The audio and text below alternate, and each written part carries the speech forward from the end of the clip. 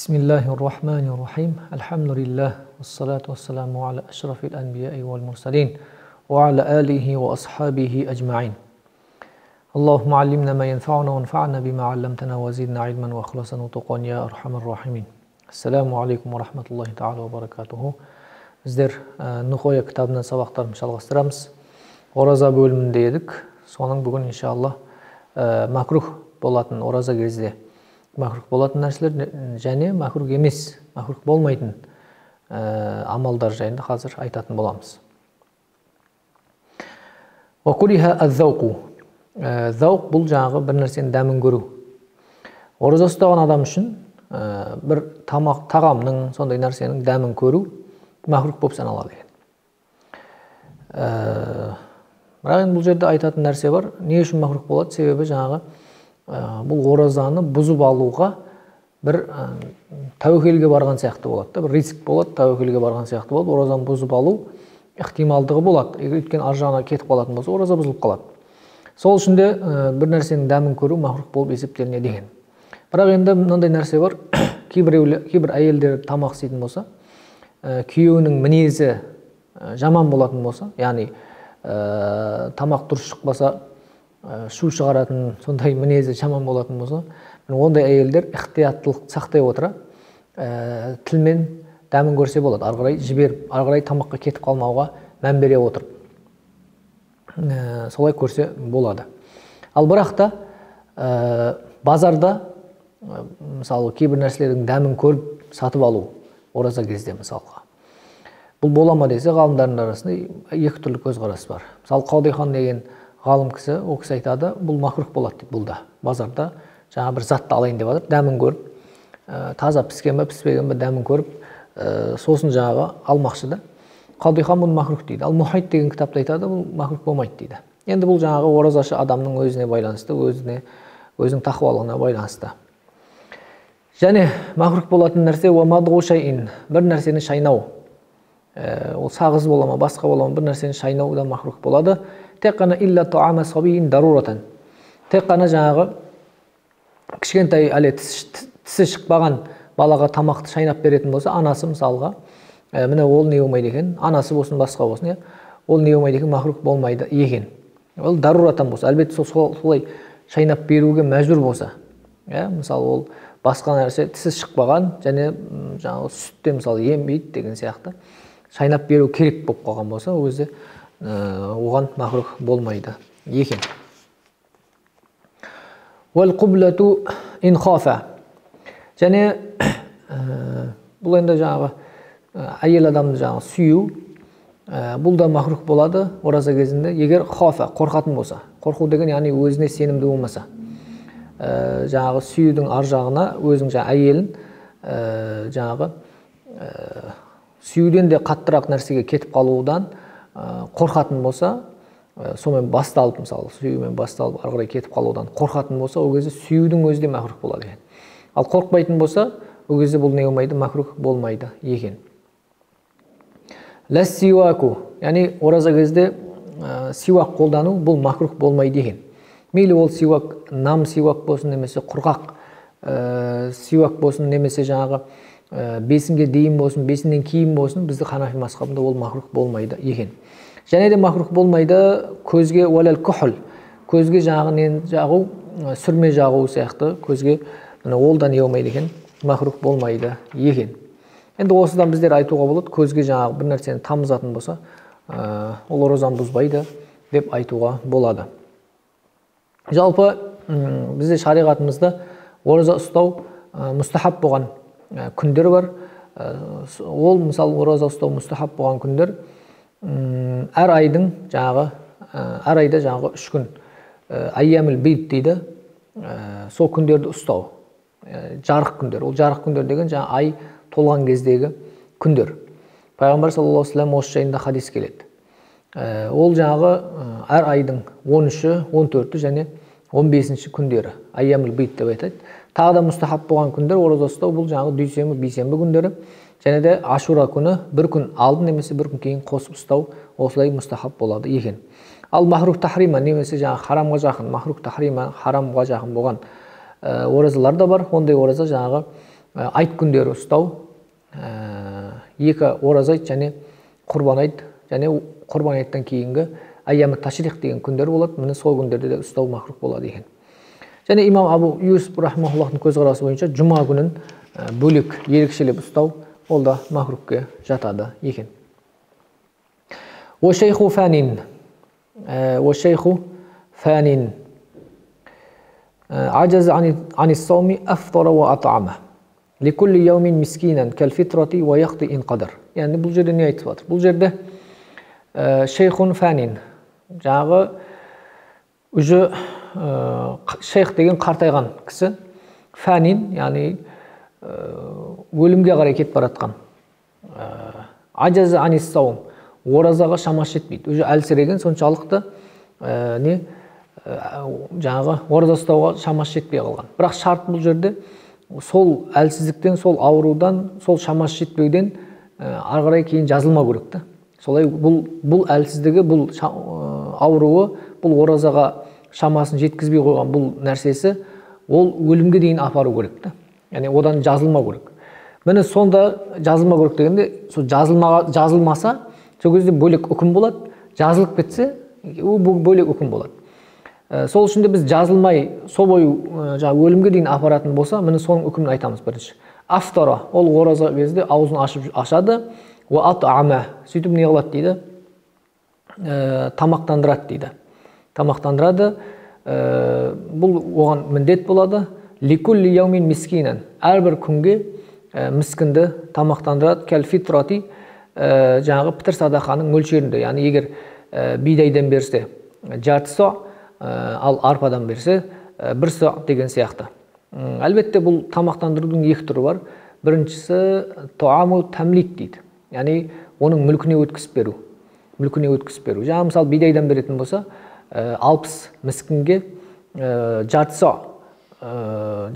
са бидайдан мүлктеріне өткізіп береді. Немесе құнын беретін болса да сондай. Сол жаңағы жарты сақтың 2 килограмм бидай дейтін болса, міне соның ақшасын 60 міскінге жаңағы береді.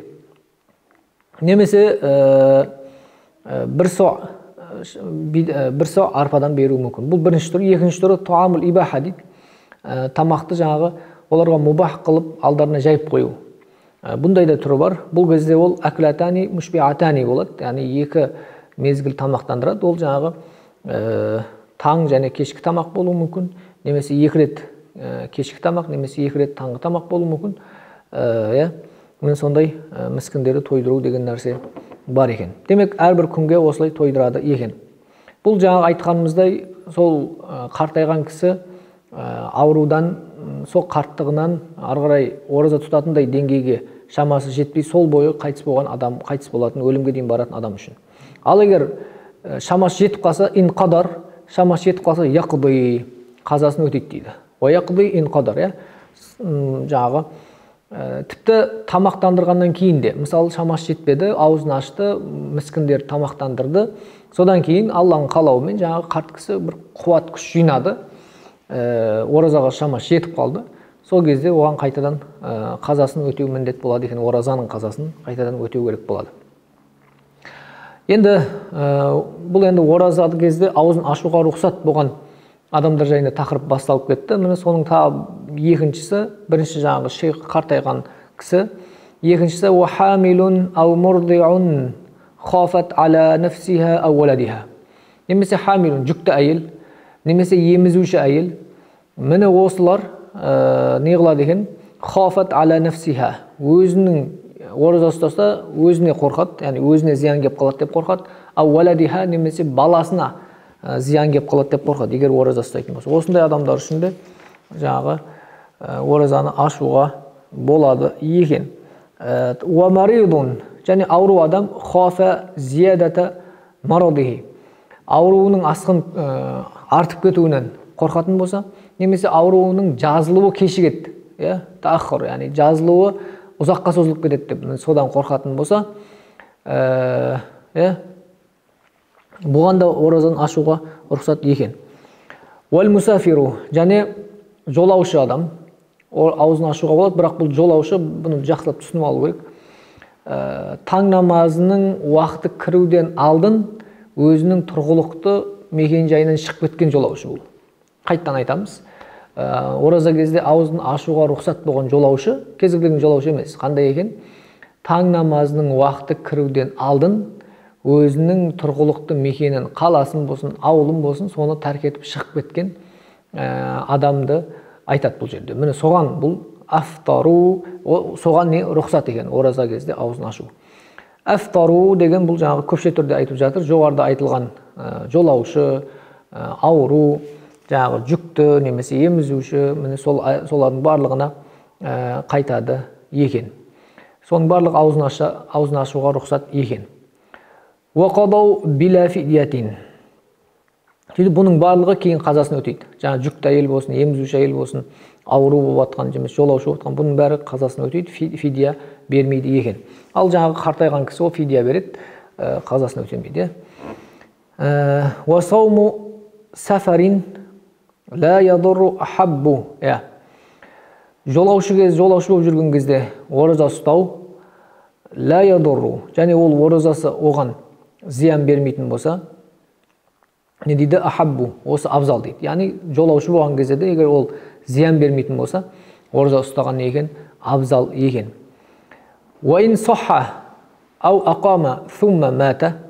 Енді уайын соха, ауру адам жазылып қалатын болса, ау ақама, немесе жолаушы адам тұрғылықты адамға айналып қалатын болса, thumma мата, сосын жаңағы ауру адам мысалға не қылатын болса, дүниеден өтетін болса, немесе жолаушы болсын, дүниеден өтіп қалатын болса, фада варисуху ма фата ин аша бадаху.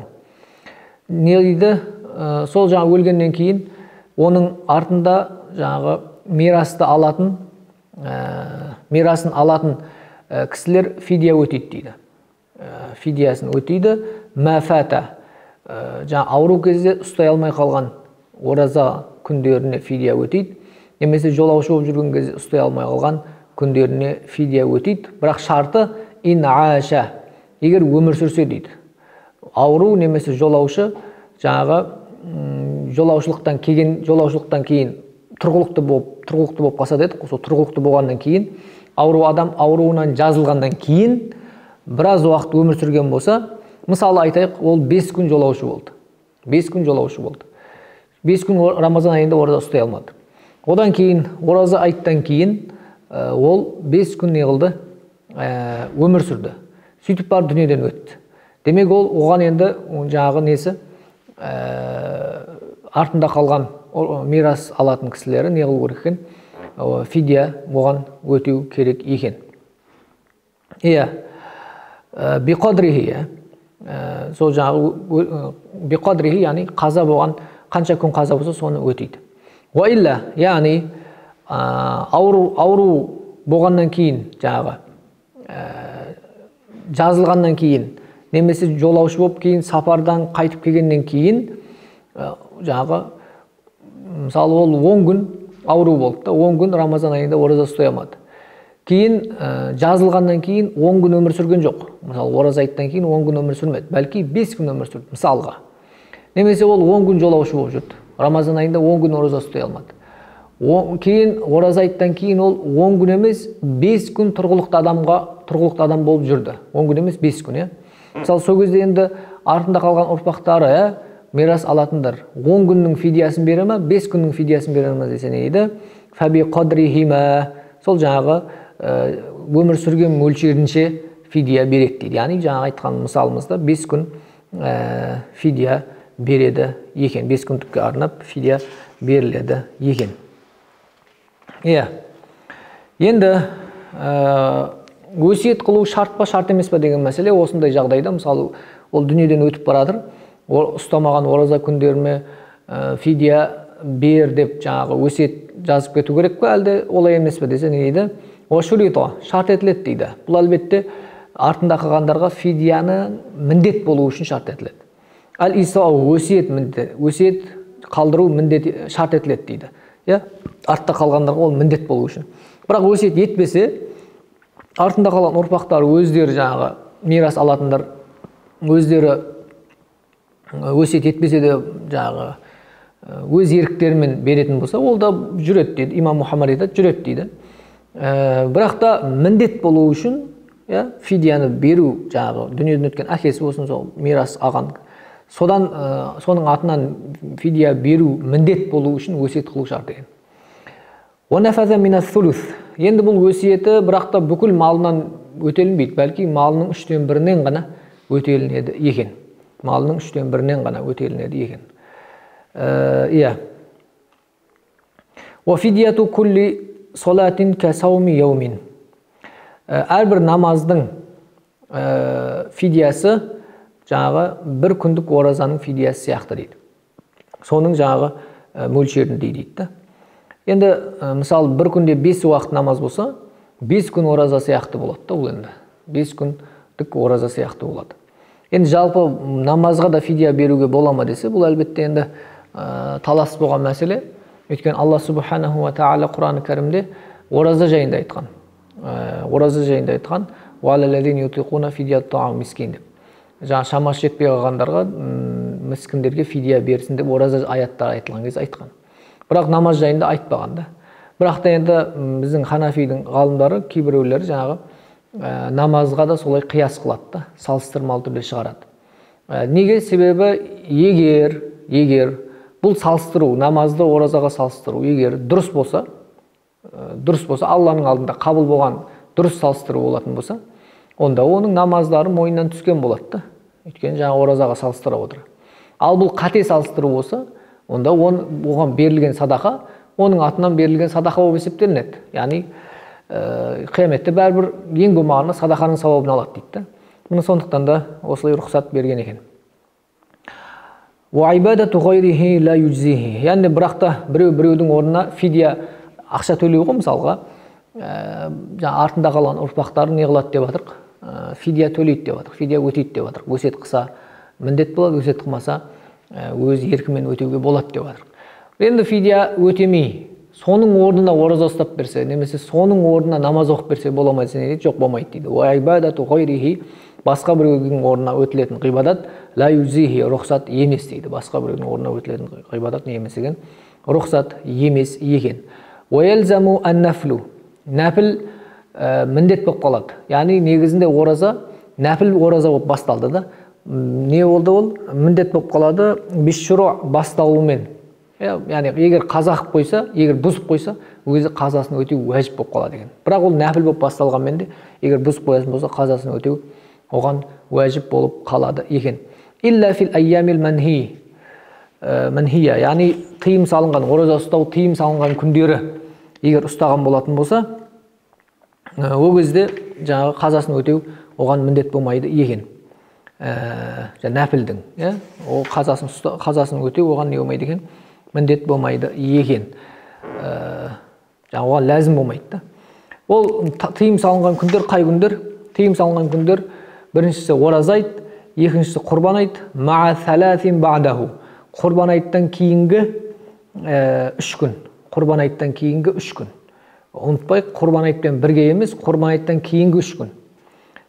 Бұл жаңағы ташрик, айямут ташрик дейді ғой, жаңағы намаздан кейін ташрик такбирін айтатын күндерді. Ол біз бұрында бұны айтқан едік. Ташрик такбир күндері 5 күн болады.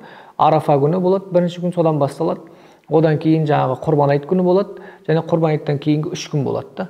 Міне осы құрбан айт күні және құрбан айттан кейінгі 3 күнде ораза ұстауға болмайды. Демек, осы күндерде ұсталған нәпілдер қазасы ләзім болмайды екен. Уасохха ан-назру, нәзір қылу, нәзір деген адам өз-өзіне бір нәрсені жүктеп алу.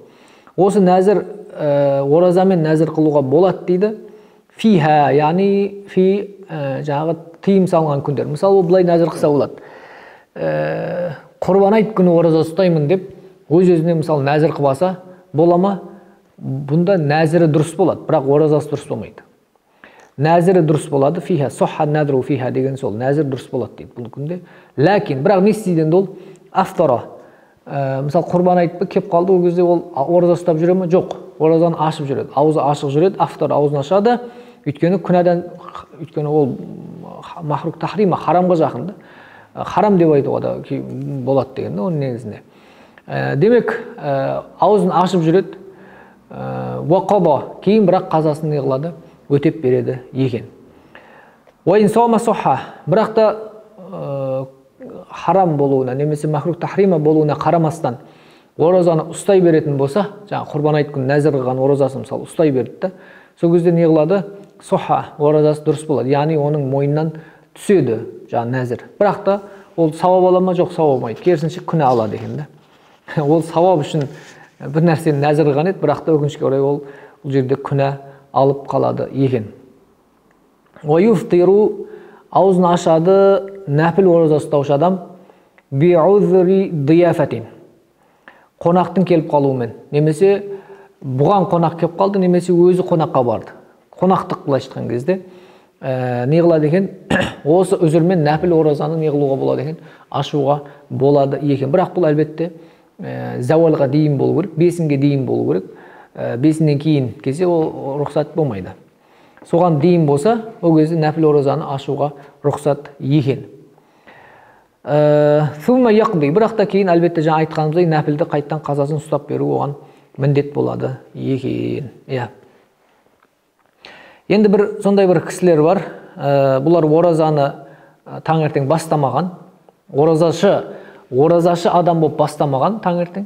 Бірақ та жаңағы жолдың ортасында, күннің ортасында ол жаңағы оразашы болуға лайық болып қалған да.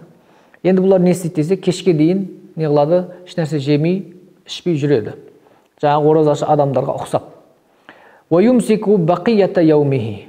Күннің қалған бөлігін ораза ішпей жемей өзін ұстап өткізеді дейді. Кім ол? Мусафирин қодима. Жолаушы адам өзінің қаласына сапарынан келген болса, жолаушы адам өзінің қаласына сапарынан келді. Мысалы, ол таңертең таң намазын алып жолаушы болып шыққан. Содан кейін түсте мысалы, немесе түске дейін, немесе түстен кейін ол өзінің қаласына кеп қалды. Міне бұндай жағдайда ол енді кешке дейін ішпей жемей оразашы адамдарға ұқсап өзін ұстап жүру керек болады екен. Уахайд, немесе жаңағы етеккір болған әйел, тахурат, күндіз не болып қалды? Мысалы, таңертең ода етеккір бар еді, бірақ түске қарай ол аяқталып қалды, таза болып қалды. Міне енді ол кешке дейін не қылады? Ешнәрсе жемей, ішпей өзін оразашы адамдарға ұқсатып ұстап жүру керек екен. Уасабиюн балаға, немесе сәби бала балағатқа жетіп қалды. Ау кафирун аслама, немесе кәпір адам ислам қабылдады. Жаңағындай ғой бұл да. Сол жаңа түсте немесе түс қайта, мысалға, немесе жаңа хайыз әйелде түсте немесе түс қайта сондай болып қалған, тазарып қалған. Кейін ол кешке дейін не қылмайды, ешнәрсе жемей өзін ұстап жүру керек болды. Мынау да сондай жаңағы балағатқа жетіп қалған бала, немесе ислам қабылдаған, бұрын кәпір болып кейін ислам қабылдаған адам. Бұл да кешке дейін ешнәрсе жемей, Рамазанның құрметі үшін оразашы адамдар сияқты жүру керек болады екен.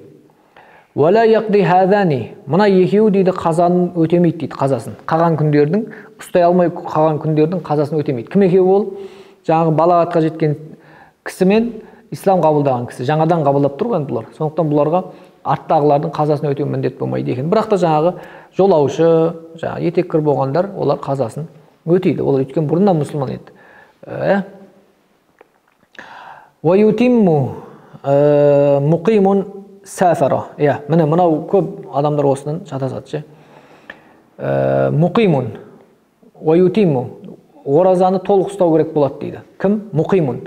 Мұқим болған кісі, тұрғылықты болған кісі, сафара, кейін жолға шыққан. Яғни таң намазы кіргеннен кейін жолға шыққан жолаушы оразаны кешке дейін, соңына дейін толық ұстау керек болады. Толық ұстау керек болады. Бірақ та уәлеу афтара, егер ашшы беретін болса, ла каффарата алейхи, оған не болмайды екен? Каффарат, яғни 60 күн ұстап бер деген нәрсе оған жүктелмейді екен. Бірақ та бұндай жолаушы аузын негізі ашпау керек. Негізі ашпау керек. Ашса, бірақ та каффарат болмайды, қаза болады. Бірақ та ауыз ашуға рұқсат берілген кісілер, берілген жолаушы жаңа айтқанымыздай, таң намазының уақыты кіруден алдын ол уже қаласынан немесе ауылынан шығып кеткен болу керек екен. وَجُنُونُ كُلِّ شَهْرٍ يُسْقِطُ, иә, жаңағы ай бойы, айдың барлығын, яғни бүкіл ай бойы жынды болып қалған, жынды болып жүрген болатын болса, юсқиту, яғни ол не қылады? Жаңағы оразаны мойнынан түсіреді екен, оразаның уәжіптігін түсіреді екен. Ләл баъд, айдың кейбірінде жынды болған, ол оразаны түсірмейді екен. Яғни айдың 10 күнінде жынды болып, 20 күнінде сау болып жүрді, немесе 20 күнде жынды болып жүріп, 10 күнде сау болып жүрді, мысалға да. Бұндайлар не қылмайды екен? Оразаны түсірмейді екен, мойнынан түсірмейді екен. Кейін есін жиған кездерде оразаның қазасын ол не қылу керек? Ұстау керек болады екен. Иә. Әлбетте ол жаңағы есін жиған кезде ораза ұстауға жарамды болған күннің сол бөлігін көру керек. Ол жаңағы таң намазы уақыты кіргеннен жаңағы неге дейін, дұхватыл күбраға дейін аралықты көру керек. Уайын ұғмия айямен қадоха илля яумен наваху. Егер есінен талып қалатын болса, ол кезде не қылады? Айямен, біраз күндер болсын, қанша күн болсын, есінен талып қалған болса, ол кезде қадоха, ол қазасын өтейді дейді. Оразаның қазасын өтейді. Неге бұлай? Жындыда мысалы олай болмады. Жындыда ол мысалы бүкіл ай жынды болып жүрсе, қазасы өтемейді, мойнынан түседі деді. Ал талып қалуда ондай болмайды. Неге? Себебі талып қалу бұл бір ай бойы, ұзақ уақыт бойы олай жата беру, талып. Бұл жаңағы өте аз жағдайда болады. Өте аз жағдайда. Ан-надир ла хукма лаху деген қағида бар. Аз болатын нәрселерде үкім алынбайды деген. Ал жындылық ол болуы мүмкін, айлап, жылдап бола беруі мүмкін. Сондықтан да ода Рамазан мойнынан түсіреді дағаны, талып қалу ол түсірмейді екен, бәлки қазасын кейін есін жинағаннан өтеу керек болады. Илля яумен, тек қана жаңағы яумен, сол бір күндікін өтемейді, ол қай күн? Наваху, ниет еткен күн. Бұл қалай болған? Бұл бұлай болды. Мысалы, ол оразаның бірінші күні оразаны ниет етіп бастады. Таңертең сәресіге тұрып, ниет етіп, оразаны бастады. Ниет етіп бастады, иә. Сөйтті дағаны кейін мысалға дұха уақытында ма, мысалға күн шыққаннан кейін бе әйтеуір сол кездерде есінен танып қалды. Есінен танып қалды. Енді сөйтіп айдың соңына дейін, Рамазанның соңына дейін осылай есінен танып жатты да. Міне енді ол 30 күн ораза болды мысалы. Сол кезде енді кейін бір айдан кейін, Рамазаннан кейін есін жиған кезде 30 күн ұстай ма, 29 күн ұстай ма десе, не дейді? 29 күн ұстайды дейді. Неге? Өйткені жаңағы ниет етіп бастаған күні ол оразаны ұстаған болып есептелінеді. Өйткені таңертең бастады ол оразаны, кейін талып қалды. Міне сол күні не қылынбайды? Қазасы ұсталынбайды, қалған күндердің қазасы не қылады екен? Ұсталынады екен. Иншалла біздер ихтикаф бөліміне келдік. Иншалла оны келесі сабағымызда өтетін боламыз. Баршаңызға Алла разы болсын. Ва ахиру дa'вана анил хамдулиллахи rabbil alamin.